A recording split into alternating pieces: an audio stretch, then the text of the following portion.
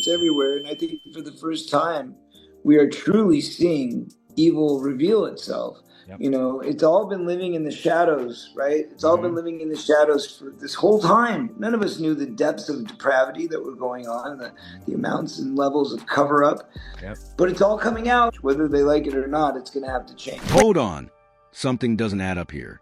Back in February, Attorney General Pam Bondi went on Fox News and confidently stated that the Epstein client list was already on her desk and under review.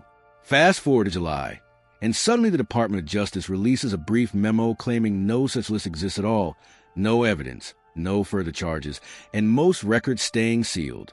That's not a minor mix-up. That's a direct contradiction from the same leadership in just a few months. And it doesn't stop there.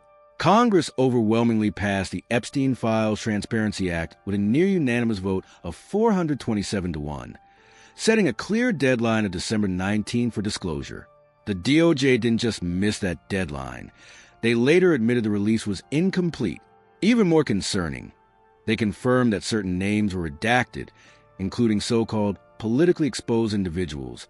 Despite the... Great, Mike, thanks for having me. So what we're seeing is apparently not everything. We've got indications from the Department of Justice that there are things that are going to be withheld, at least, or handed out at a later date. Now, the law in this case that was passed by Congress and signed by President Trump required that all the Epstein files be released by midnight tonight, Friday, December 19th. Law specifically prohibiting that as a reason to hide identities.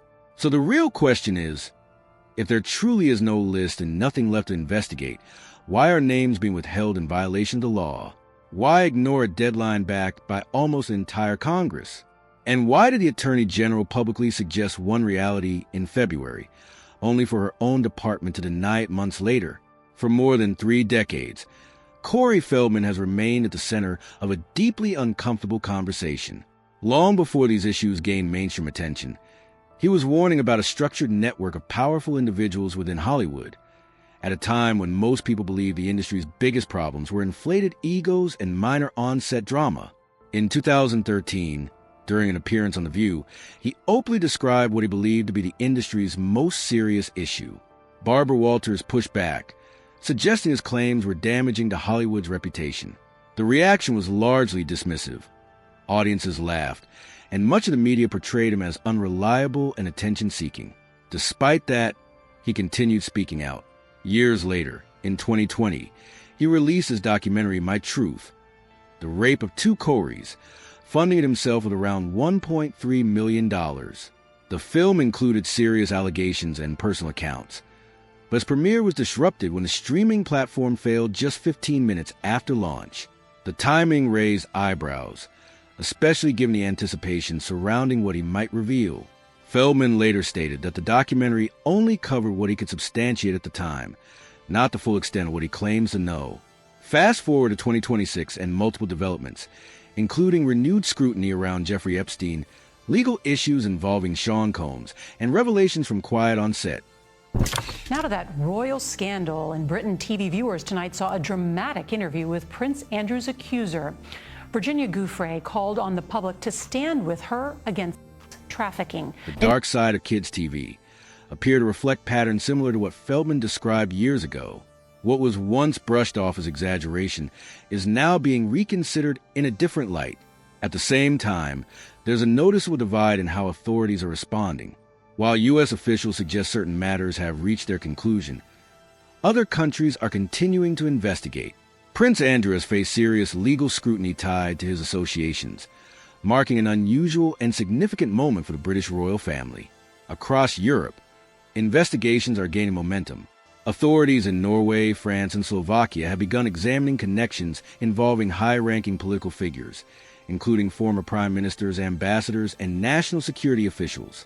Some individuals have I know, but we have a congressional act now to requiring the release, but they're going to say, you know subject what? To Tom redaction. Hanks, it's unfair that he was mentioned because the law he was eating says Skittles. subject to redaction. Subject to redaction. And we all know what that means. That's to protect. That's why I'm saying you will never be satisfied with what's released. Already stepped down as inquiries unfold.